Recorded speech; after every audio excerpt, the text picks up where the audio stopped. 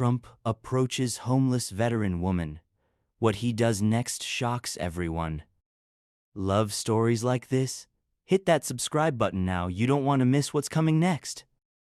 It was a chilly November afternoon in Chicago, and Donald Trump, dressed sharply in his signature long coat and red tie, decided to skip the usual limousine ride. Instead, he opted to walk down Michigan Avenue, immersing himself in the lively energy of the city. The sounds of bustling traffic and murmuring crowds filled the air, but something suddenly stopped him in his tracks. Near the corner of Millennium Park, sitting against a cold brick wall, was a woman. Her clothes were tattered, her face worn with hardship, and her hands trembled as they clutched a cardboard sign that read, "Veteran in need, please help." For a moment, Trump just stood there, his gaze locked on hers. The busy crowd flowed around him, some people pausing to gawk at the unexpected scene. But Trump didn't care. There was something in her weary eyes that hit him, something raw and unspoken. Without hesitation, he approached her. "Ma'am," he said, his voice cutting through the noise. "What's your name?" The woman looked up, startled, her lips parting as if unsure whether to respond. "It's Anna," she stammered, her voice barely audible. "Anna Spencer." Trump knelt slightly to meet her gaze. "Anna," he said, his tone softening, "are you a veteran?" "Yes, sir," she replied, swallowing hard. "I served in the Army for 12 years, got injured overseas, and—" She hesitated, shame flickering across her face. "It's been hard ever since." Trump frowned, the weight of her words settling heavily on him. "Why are you out here? Don't you have a place to stay?" Anna shook her head, her voice breaking. "I lost my apartment months ago. Couldn't keep up with the rent. I've been trying, but—" Her words trailed off as tears welled in her eyes. For once, Donald Trump didn't have a quick response. This wasn't just a passing moment, it was a stark reminder of the struggles so many people face. And in that instant, he made a decision. He wasn't going to walk away. Trump stood there, his mind racing. He wasn't the kind of man to see a problem and ignore it. Anna deserved better. Someone who had given so much to the country couldn't be left like this. He reached into his coat pocket, pulling out his phone. "Stay right here," he said firmly. "We're going to fix this." Anna blinked, confused. People had walked past her all day, barely glancing her way. But here was Donald Trump, a man she'd only seen on TV, stopping everything to help her. Trump stepped a few feet away and dialed a number. On the other end, his trusted assistant Margaret picked up instantly. "Margaret," he said, his tone brisk, "I need you to find the nearest hotel with availability and call a doctor, someone who can check on a veteran. It's urgent." "Right away, Mr. Trump," Margaret responded without hesitation. Hanging up, Trump turned back to Anna, who watched him with a mix of disbelief and cautious hope. "Help is on the way," he said confidently. "But first, let's get you something warm to eat." He flagged down a nearby food vendor, buying her a steaming bowl of soup and a sandwich. As Anna ate, her hands trembling from the cold, Trump sat beside her on the sidewalk. "Tell me about yourself," he said. "Your time in the Army, your family, how you ended up here." Anna hesitated, unsure if she should open up. But something about the way Trump looked at her, genuinely interested, made her speak. She told him about her deployments, the long nights in the desert, and the injury that had ended her career. She spoke of losing friends in battle, the pain of returning to civilian life, and how her world unraveled when her injury made finding work nearly impossible. By the time she finished, Trump was silent, his expression thoughtful. Before he could respond, a sleek black SUV pulled up to the curb. The driver stepped out, dressed impeccably, and opened the door.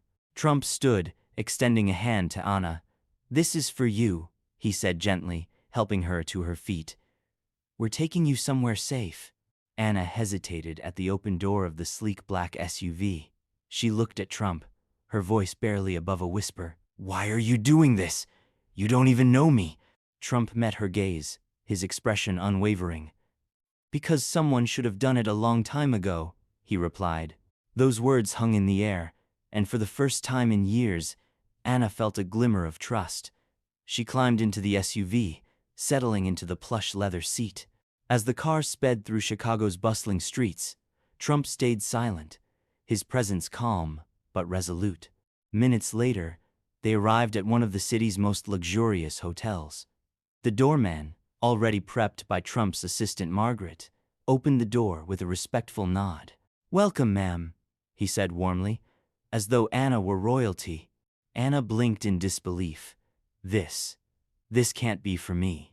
"It's all for you," Trump said firmly, escorting her inside. The hotel staff treated her like a VIP. She was led to a stunning suite on the top floor, where a hot shower, fresh clothes, and a warm bed awaited. For a woman who had spent countless nights shivering on the streets, it felt like stepping into another world. Soon after, a doctor arrived, carrying a medical kit and a kind smile. He examined Anna carefully, providing medicine for her ailments and offering advice on how to improve her health. All the while, Trump remained nearby, ensuring that every detail was handled perfectly. As Anna rested, Margaret's work continued. She had contacted Veterans United Support Services, a nonprofit specializing in helping homeless veterans reintegrate into society. Within the hour, their representative, a cheerful woman named Lisa, knocked on Anna's door. "Hi, Anna," Lisa said, sitting beside her on the plush couch. "We're going to help you with housing, job training, and anything else you need. You're not alone anymore." Anna's eyes filled with tears as she looked at Lisa, then at Trump, who stood quietly in the corner, arms crossed. "I don't know how to thank you," she said, her voice breaking. Trump stepped forward, his expression kind. "You don't need to thank me, Anna. You earned this a long time ago." The next morning, Anna woke up in the softest bed she had ever felt, sunlight streaming through the curtains of her luxury suite. For a moment, she thought she was dreaming. Then she saw the neatly folded clothes on the chair, the untouched breakfast tray by the bed, and the note left on the table. "Rest up. We've got big plans for you today, Trump." For the first time in years, Anna smiled. Later that morning, Lisa from Veterans United returned, this time armed with a stack of documents and a roadmap for Anna's future. "We've already found you temporary housing," Lisa said brightly, "and starting next week, you'll have job training sessions lined up. We'll make sure you have everything you need to get back on your feet." Anna couldn't believe it. "Why are you doing all this for me?" she asked Lisa. Lisa smiled warmly. "Because you've earned it. You gave this country 12 years of your life. Now it's time we give something back to you." But that wasn't all. Trump arrived shortly after, carrying an envelope in his hand. He handed it to Anna without ceremony. "This is to help with whatever you need," he said. Inside was a check enough money to cover immediate expenses and give Anna the financial breathing room she hadn't had in years. Anna looked at him, her voice steady for the first time since they met. "You've changed my life in ways I can't describe. Thank you, Mr. Trump." Trump waved it off, a small smile tugging at his lips. "Don't thank me, Anna. Just promise me one thing." "What's that?" "Pay it forward someday," he said, his tone firm but kind. Anna nodded, tears in her eyes. "I will." As Trump left the hotel and stepped back into the bustling Chicago streets, he felt a quiet sense of satisfaction. In just 24 hours, one life had been transformed, and Anna's future no longer looked bleak, it looked bright. As the days passed, Anna began to see her life take a completely new direction. The temporary housing arranged by Veterans United was small but warm, a safe place where she could finally rest without fear. For someone who had spent so long on the streets, even having a lock on her door felt like a luxury. But the changes didn't stop there. Lisa from Veterans United worked tirelessly with Anna, helping her navigate job applications and prepare for interviews. "You've got a lot to offer," Lisa said during one of their sessions. "We just need to make sure employers see that too." Meanwhile, Trump's involvement didn't end with a handshake and a goodbye. Through his foundation, he ensured Anna's rent would be covered for a full year, giving her the stability she needed to focus on rebuilding her life. When Anna received her first job offer, a position at a local community center, helping other veterans transition to civilian life, she couldn't believe it. She called Lisa immediately. "They picked me," she said, her voice trembling with excitement. "Of course they did," Lisa replied with a laugh.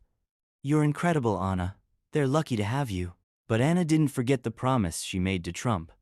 On her first day at work, she wrote him a letter. "Dear Mr. Trump, I don't know how to thank you for what you've done for me. You didn't just give me help, you gave me hope. I promise I'll do everything I can to pay it forward, just like you asked. You changed my life, and I'll make sure others feel the same kind of kindness you showed me. Forever grateful, Anna Spencer." When Trump received the letter, he read it twice, then handed it to Margaret. "Frame this," he said simply. And as Anna settled into her new job, helping others just like her, she felt something she hadn't in years. Purpose. For her, this wasn't just a new chapter, it was the beginning of a new life. Months passed, and Anna's life continued to blossom. Her work at the community center wasn't just a job, it became her mission. Every veteran she helped reminded her of where she had been and how far she had come. She shared her story with them, not as a tale of pity, but as proof that change was possible. But Anna wasn't the only one feeling the ripple effects. News of Trump's act of kindness had quietly spread beyond Chicago, and while Trump himself wasn't one to boast about it, the story began inspiring others. Emails and letters flooded Veterans United, with people offering to help veterans in need. One day, Anna received a call from a local news station. They had heard about her journey and wanted to share her story. At first, she hesitated. Being in the spotlight felt intimidating, but Lisa encouraged her. "Your story isn't just about you," Lisa said. "It's about showing people that kindness can change lives, and maybe, just maybe, it'll inspire someone else to help." The interview aired a week later, with Anna sitting in the community center where she now worked.